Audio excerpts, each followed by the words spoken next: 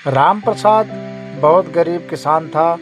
उसकी पत्नी सीता और दो छोटे छोटे बच्चे थे। बड़ा बेटा सौरभ और छोटी बेटी पूजा। गरीबी इतनी थी कि कई कई दिन चूल्हा नहीं जलता था। एक दिन राम प्रसाद ने भारी मन से कहा, सीता, मैं मुंबई कमाने जा रहा हूँ। कुछ पैसे कमाऊंगा, तब हमारे बच्चों की जिंदगी बदल जाएगी। उसकी पत्नी सीता की आंखों में आंसू थे, लेकिन उसने पति का साथ दिया। राम प्रसाद दोनों बच्चों को लेकर मुंबई पहुंचा। स्टेशन पर हजारों लोगों की भीड़ थी। तभी अचानक भगदड़ मच गई। कुछ ही पल में सौरभ भीड़ में कहीं खो गया। सौरभ, सौरभ बेटा, राम प्रसाद कहते हुए पागलों की तरह पूरे स्टेशन पर दौड़ता रहा। पुलिस में रिपोर्ट लिखवाया, लाउड स्पीकर से घोषणा करवाई, अखबारों में खबर छपी, लेकिन सौरभ का कोई पता नहीं चला। महीनों तक तलाश करने के बाद टूटे हुए दिल के साथ राम प्रसाद अपने गांव वापस लौट आया। घर पहुंचते ही सीता का रो रो कर बेहोश हो गई। छोटी बेटी पूजा रोज दरवाजे पर बैठकर पूछती, पापा, भैया कब आएंगे? लेकिन किसी के पास जवाब नहीं था।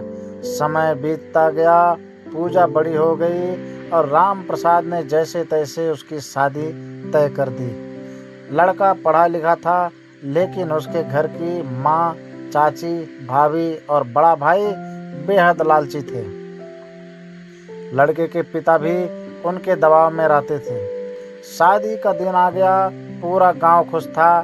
बारात आई, हंसी खुशी रस्में शुरू हुई, लेकिन जैसे ही सिंदूर दान का समय आया, लड़के की माँ अचानक बोली, पहले दहेज दो, 5 लाख रुपया और एक नई कार चाहिए, नहीं तो शादी नहीं होगी। पूरा मंडप सन्न रह गया। राम प्रसाद हाथ जोड़कर रो पड़ा, बहन जी, मेरे पास कुछ नहीं है, मेरी इज्जत मत लूटिए। लेकिन किसी का दिल नहीं पिघला। लड़का भी अपने परिवार की बात मानकर चुप खड़ा रहा। शादी रुक गई। तभी मंडप के बाहर एक चमचमाती काली लग्जरी कार आकर रुकी। फिर दूसरी, फिर तीसरी। सभी लोग हैरान होकर देखने लगे। कार से एक लगभग 30 साल का युवा उतरा। सादा कपड़े, आत्मविश्वास भरी चाल और चेहरे पर गजब की शांति। वह धीरे धीरे मंडप तक आया। कुछ देर बिना कुछ बोले सारी बातें सुनता रहा। फिर मुस्कुराकर लड़के वालों से बोला, आप लोग दहेज मांग रहे हैं? उन्होंने घमंड से कहा, हाँ, इसमें गलत क्या है? युवक बोला, जो मांग रहे हो उसका 2 गुना नहीं 3 गुना दूंगा।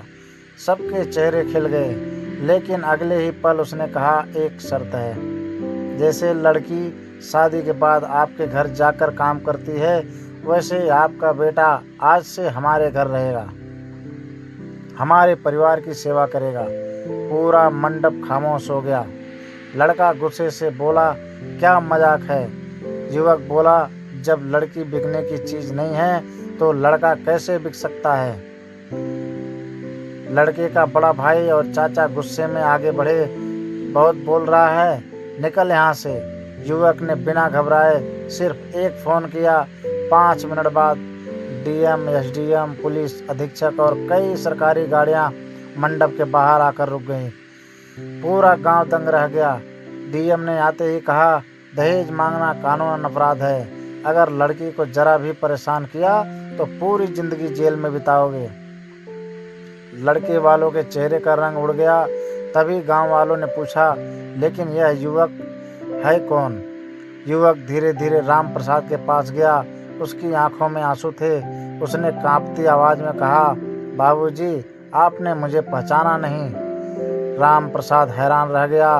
युवक ने अपनी जेब से बचपन की एक पुरानी तस्वीर निकाली। सीता तस्वीर देखते ही चीख पड़ी, सौरभ मेरा बेटा। पूरा मंडप रो पड़ा। सौरभ माँ के गले लग गया। राम प्रसाद फूट फूट कर रोने लगा। छोटी बहन पूजा अपने भाई से लिपट गई। सौरभ ने बताया, जिस दिन मैं स्टेशन पर बिछड़ा, मुझे एक अच्छे परिवार ने अपनाया। उन्होंने मुझे पढ़ाया, लिखाया, मेहनत करना सिखाया।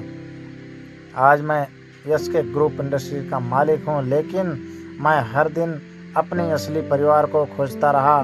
पूरा गांव भावुक हो गया। सौरभ ने बहन से कहा, आज मैं तुम्हें दुनिया का हर सुख दूंगा। लेकिन पूजा ने भाई का हाथ पकड़कर कहा, भैया मुझे दहेज नहीं चाहिए, मुझे सिर्फ आपका प्यार चाहिए। सौरभ मुस्कुराया। उसने कहा, मेरी बहन कभी खाली हाथ नहीं जाएगी। उसने बहन के नाम पर घर, जमीन, बैंक बैलेंस, गाड़ी और जीवन भर की सुरक्षा का इंतजाम कर दिया। लड़के वालों ने शर्मिंदा होकर अपने किए की माफ़ी मांगी। शादी पूरे सम्मान के साथ संपन्न हुई। जब बारात वापस लौटी तो इतना सामान था कि रखने की जगह कम पड़ गई। लेकिन पूरे गांव को उस दिन एक बात समझ आ गई, बेटियां दहेज नहीं, सम्मान की हकदार होती हैं। दोस्तों, सीख है, दहेज लेकर कोई बड़ा नहीं बनता, लेकिन बेटी का सम्मान करके इंसान ज़रूर बड़ा बन जाता है। तो दोस्तों, अगर यह स्टोरी आप सभी लोगों को पसंद आए तो अपने दोस्तों में ज़रूर शेयर कीजिए और लाइक सब्सक्राइब कीजिए। आप सभी लोगों का बहुत बहुत धन्यवाद।